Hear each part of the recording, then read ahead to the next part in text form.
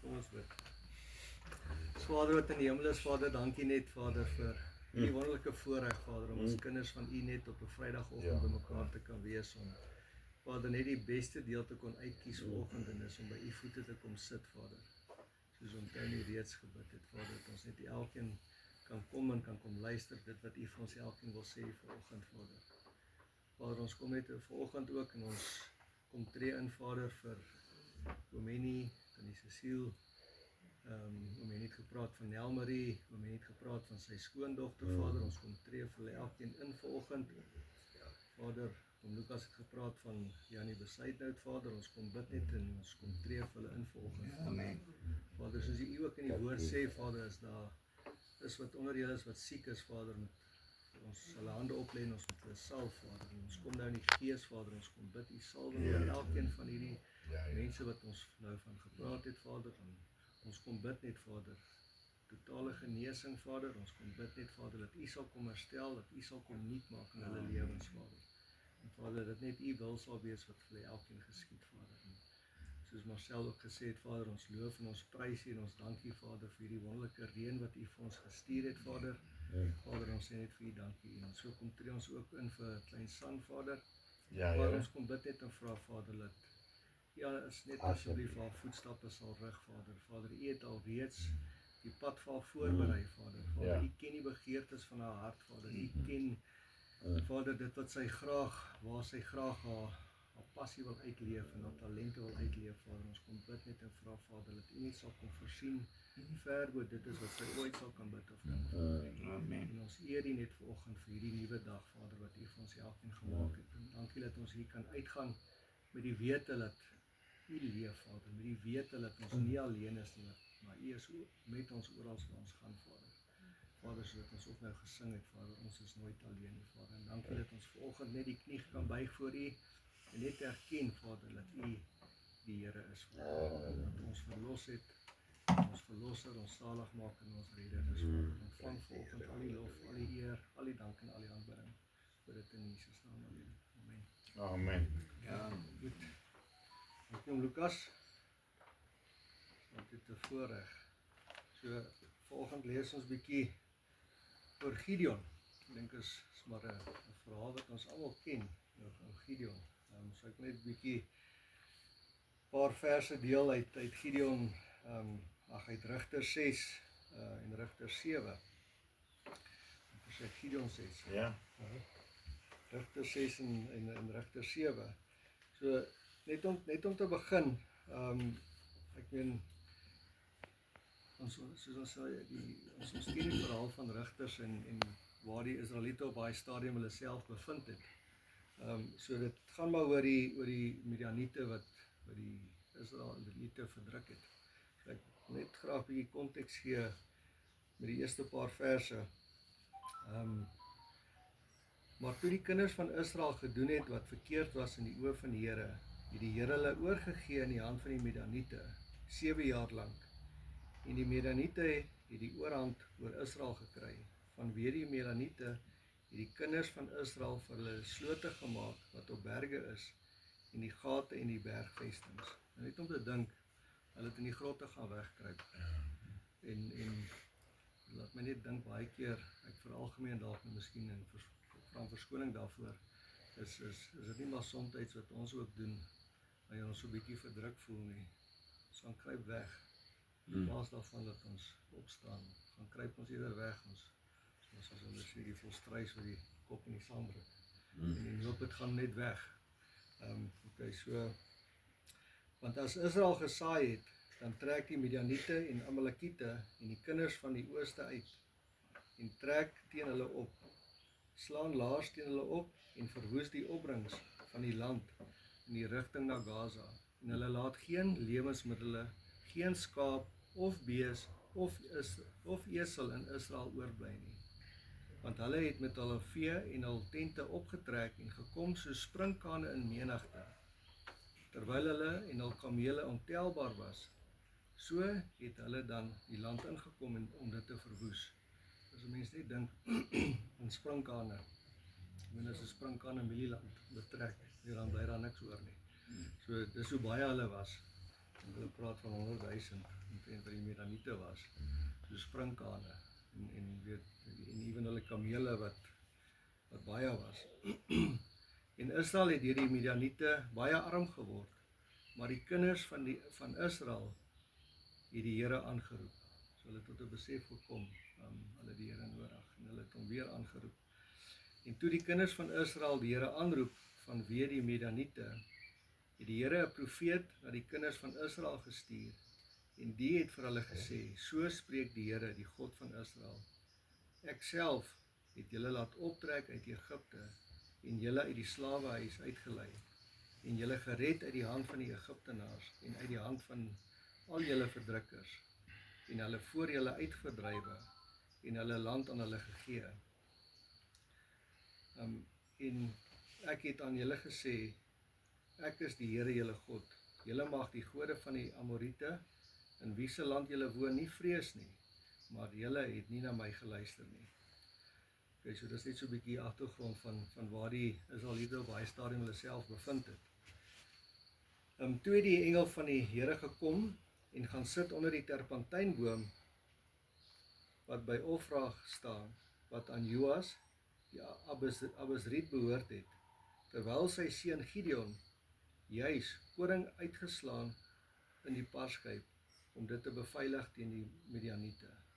So hy binne in die parskyp wat eintlik daar was om druiwe uit te trap. Hy het binne in die parskyp weggekruip en daar het hy koring uitgeslaan om daai koring te beveilig. Net om te dink, jy sit hier binne, jy moet wegkruip om net vir jou kos bymekaar te maak, dat hulle dit nie steel nie. Okay, dan kom hy vers 12. En die engel van die Here het aan hom verskyn en vir hom gesê, die Here is met jou, dapper held. So dit is hoe die Here Gideon gesien het. Nog voordat hy enigsins iets gedoen het die Here hom klaar gesien as 'n dapper held. En so die vraag is, hoe sien ons onsself? Sien ons ook as die ou wat wil gaan wegkruip en wat nie goed genoeg is nie? Of sien ons onsself soos wat die Here ons sien, as 'n dapper held? So die Here het klaar gesien wat Gideon gaan word in hom en deur hom, gaan hy hom gebruik. En ons het dit nou gesing, ons is klein in God se hand, ons is daar om gebruik te word. Okay, so dit is basies hoe die Here klaar vir Gideon gesien het. Hy het hom klaar gesien as hierdie dapper held. Maar kom ons kyk, lees ons verder. Toe vra Gideon hom, ag my Heer, as die Here met ons is, waarom het al hierdie dinge ons dan oorgekom? En waar is al sy wonders, waar ons vaders ons van vertel het? Deur te sê, het die Here ons nie uit Egipte laat optrek nie, maar nou het die Here ons verwerp en ons oorgegee in die hand van die Midianiete. Toe draai die Here na hom toe en sê, gaan in hierdie krag van jou. So, die Here het klaar gesien en geweet, hy het wat hy nodig het om gebruik te word. En verlos Israel uit die hand van die Midianiete, is dit nie ek wat jou stuur nie, maar hy vra hom, ag Here, waarmee sou ek Israel verlos? Kyk, my geslag is die swakste in Manasse, en ek self die geringste in my familie. So dis hoe hy homself gesien het, as die geringste in die familie. En is dit nie ook wat ons maar soms doen nie. Ek is die geringste in die dorp, ek is die geringste in my buurt, ek is die geringste onder my vriendekring, ek is die geringste in my familie. Ek is nie goed genoeg nie. Ag, ek bly maar net hier, of ag, ek werk maar net daar. Maar dit is waar die Here jou gesit het. Maar ja, ons maak allemaal maar die fout soms om te dink ek is nie goed genoeg nie. Toe sê die Here vir hom, ek sal met jou wees, sodat jy die Midianiete soos een man sal verslaan. En hy antwoord hom, as ek dan guns in die oog gevind het, doen vir my 'n teken, dat u dit is wat met my spreek. So, in 'n mate dink ek, mense dink aan Moses wat ook heeltyd verskoning gesoek het om nie gebruik te word nie, dink ek dalk het Gideon ook maar al in 'n mate so gevoel. Hy het hy wou graag 'n teken gehad om seker te maak dat dit die Here is wat met hom praat. Maar na mate dink ek was dit ook maar dalk om 'n verskoning te kry om nie dit te doen waarvoor hy geroep is nie. Ek gaan nou nie alles lees nie, maar ek kyk waar trek ons nou.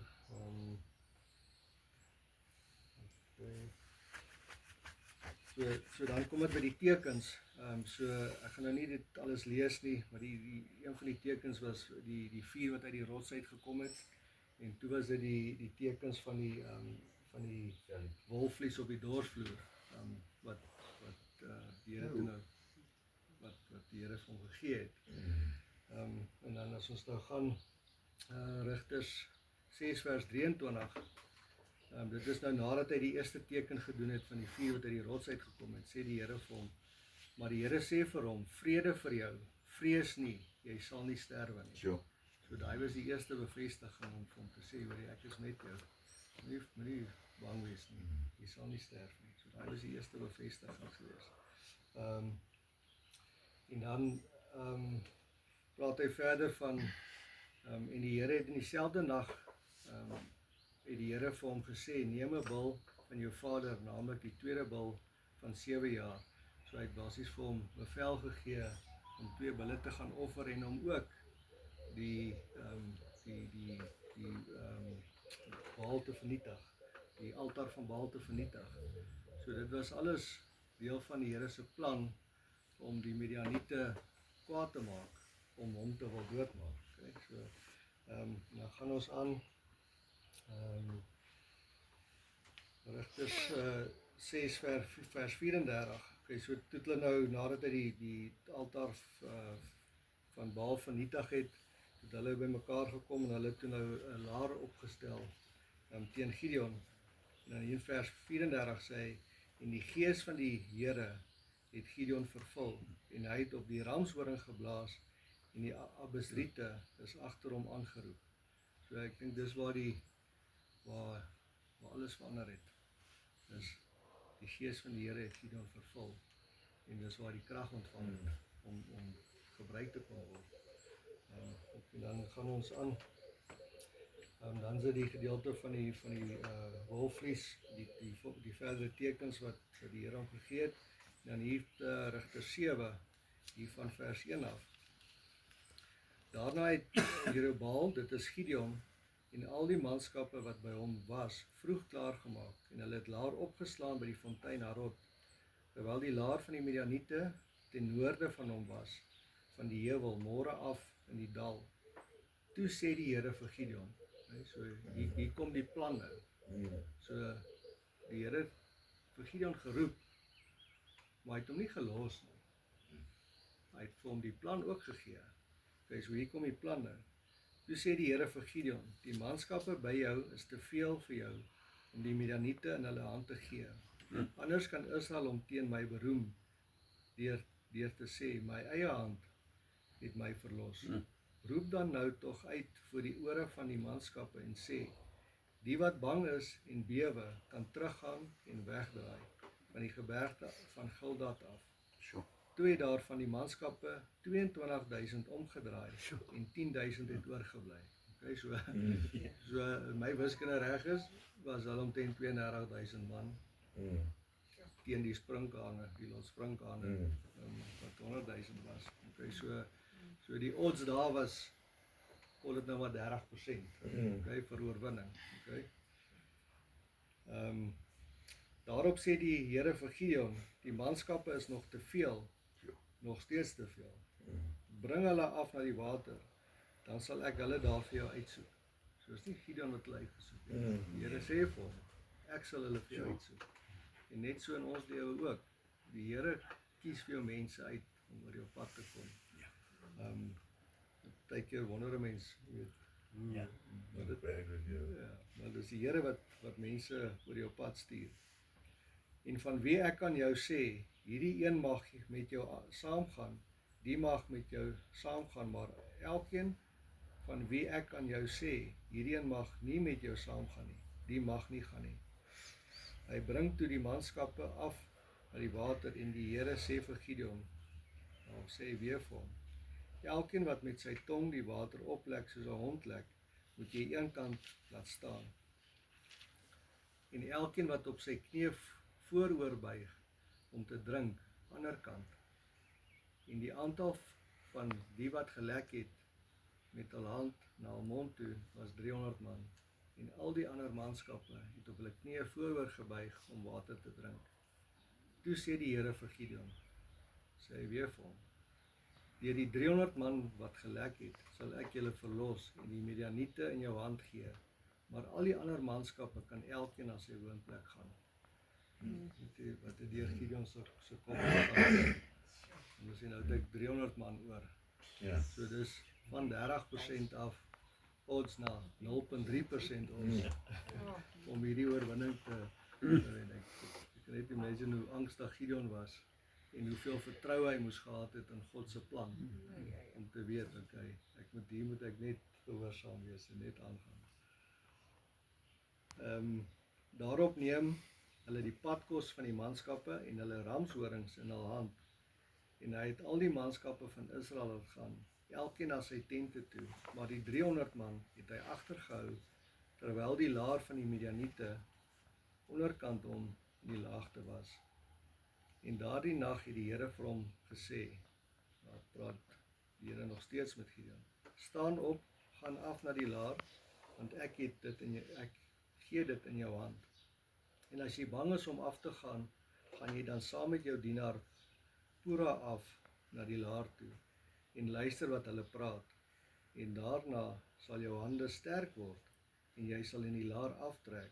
Hy gaan toe af saam met sy dienaar Pura. So ek neem aan hy was bang om alleen te gaan. Want hy het toe saam met sy dienaar gegaan. Tot by die buitenste lyn van die gewapendes wat in die laar was. En hy sê hy weer hierso. En die Midianiete en die Amalekiete en al die kinders van die ooste het in die laagte gelê so sprinkane in menigte. Weer eens daai angstigheid oor ons is 300 man en ek dink ek kyk so half hierdie beeld. Ek meen nie eens loftes kan 100,000 mense vat nie. As jy nou jou imagine lofte sit vol en julle is 300 man wat hierdie op die veld staan, omring deur hierdie vyand. Hoe gaan jy, ek dink jy broek gaan bietjie bewe. En hulle kamele was ontelbaar, soos die sand aan die seestrand in menigte. En verder praat hy van Gideon wat toe die gesprek gehoor het, en wat hy gehoor het toe 'n man 'n droom gehad het, en het vir iemand anders vertel, en hy hoor die droom, en dit was vir hom bevestiging, dat, okay, ons is fyn, ons sal fyn wees, okay.